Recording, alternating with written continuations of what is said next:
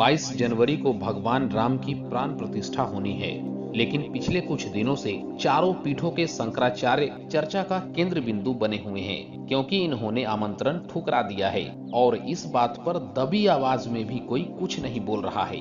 लेकिन इसी हिंदू समाज में अपनी चेतना से विचार रखने की भी परंपरा है, शास्त्रार्थ की भी परंपरा रही है और इस शास्त्रार्थ में मदन मिश्र से जीत पाकर ही तो आद्य शंकराचार्य जगत गुरु कहलाए थे, सबसे पूज्य बने थे और इसीलिए मेरी समझ से कोई भी व्यक्ति आलोचना से परे नहीं है। और अगर बात राम मंदिर के संदर्भ में की जाए तो पिछले दिनों पुरी मठ के शंकराचार्य स्वामी निश्चलानंद सरस्वती जी का एक बयान आया था कि अगर देश के प्रधानमंत्री मोदी भगवान राम की प्रतिमा का स्पर्श करेंगे तो मैं क्या वहां खड़ा होकर ताली बजाऊंगा, यह मेरी मर्यादा नहीं है। तो इनकी क्या मर्यादा होनी चाहिए, इस बात की भी इस वीडियो में बात करूंगा। इनके गुरु निरंजन देव की भी बात करूंगा और उनके भी गुरु करपात्री जी की भी इस वीडियो में मैं बात करने वाला हूं। जब राम मंदिर का मामला सुप्रीम कोर्ट में सुनवाई के जरिए चल रही थी तो ये लिखित रिकॉर्ड पर कहा गया है कि 73 बार हिंदुओं ने राम मंदिर के लिए बलपूर्वक संघर्ष किया और इसके लिए हजारों हजार हिंदुओं ने अपनी प्राणों की आहुति भी दिया है।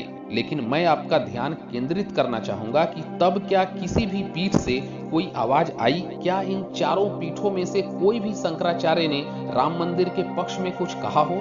जब इस तथाकथित शांति दूतों के द्वारा एक पुस्तक लिखी गई कृष्ण तेरी गीता जलानी पड़ेगी, तब भी ये चारों पीठों के पीठाधीश मौन रहे। और इनसे ये सवाल बिल्कुल जायज है, क्योंकि यही तो धर्म के ज्ञाता कहलाते हैं, यही तो हैं जो अपने आप को हिंदू ग्रंथों के अलावा दूसरे ग्रंथों के भी ज्ञानी बतलाते हैं। अब अगर इन चार पीठों में से एक श्रृंगेरी मठ की बात करूं तो जिस समय टीपू हिंदुओं का कत्ल कर रहा था, तो चूंकि ये धर्म के ज्ञाता थे तो इनको चाहिए था कि वो हिंदुओं को धर्म की रक्षा करने का मार्ग बताएं। लेकिन उस समय श्रृंगेरी मठ में टीपू की विजयी का यज्ञ चल रहा था और ये सारी बातें बिल्कुल डॉक्यूमेंटेड है।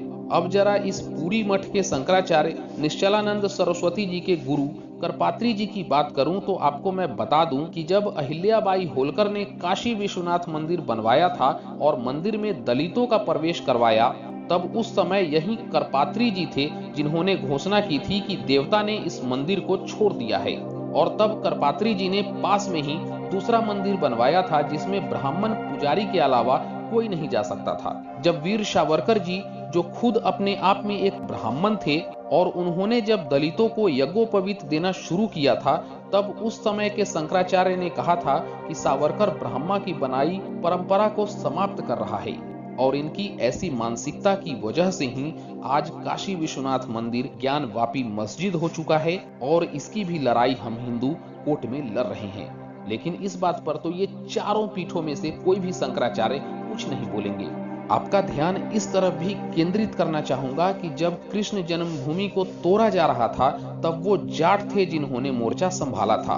उनके पास कोई हथियार नहीं थे, लेकिन उन्होंने हाशिया से, लाठी डंडे से कृष्ण जन्मभूमि की रक्षा के लिए घर छोड़कर बाहर निकल गए थे और इनके मरने के बाद ही कृष्ण जन्मभूमि को तोड़ी गई। लेकिन आज इनकी ही बनाई परंपरा की वजह से, ब्राह्मणवाद की वजह से ये जाट अपने आप को हिंदू नहीं कहलाते हैं।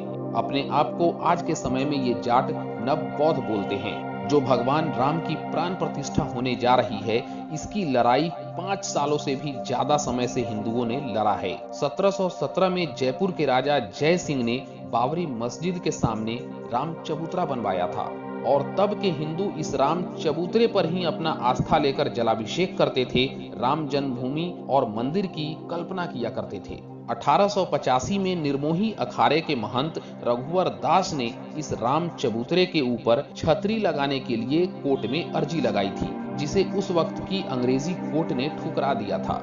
और अगर ताजे मामले की बात की जाए तो 1990 में जब मुलायम सिंह यादव की आदेश पर हिंदुओं के ऊपर गोलियां चलवाई गई और लाशों को सरयू नदी में फेंक दिया गया था, तब ये चारों पीठों के पीठाधीश क्या कर रहे थे? तब इनके मुंह से कोई बयान क्यों नहीं निकला था? ये सवाल इनसे इसलिए भी होनी चाहिए क्योंकि आद्य शंकराचार्य ने ये चारों पीठ राष्ट्र धर्म की रक्षा के लिए ही तो बनाया था।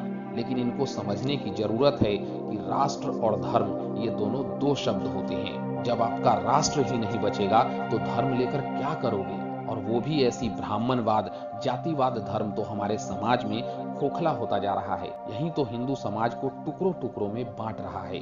1992 में जब मस्जिद के ढांचे को गिरा दिया गया, इसके बाद पूरे देश में ही दंगों की आड़ में हजारों हजार हिंदुओं को मौत के घाट उतार दिया गया था। और ये सब राम जन्मभूमि और राम मंदिर की लड़ाई के लिए ही तो हो रहा था। और उन कार सेवकों में हर जाति के लोग, हर वर्ण के लोग थे। और तब ये शंकराचार्य कहाँ थे?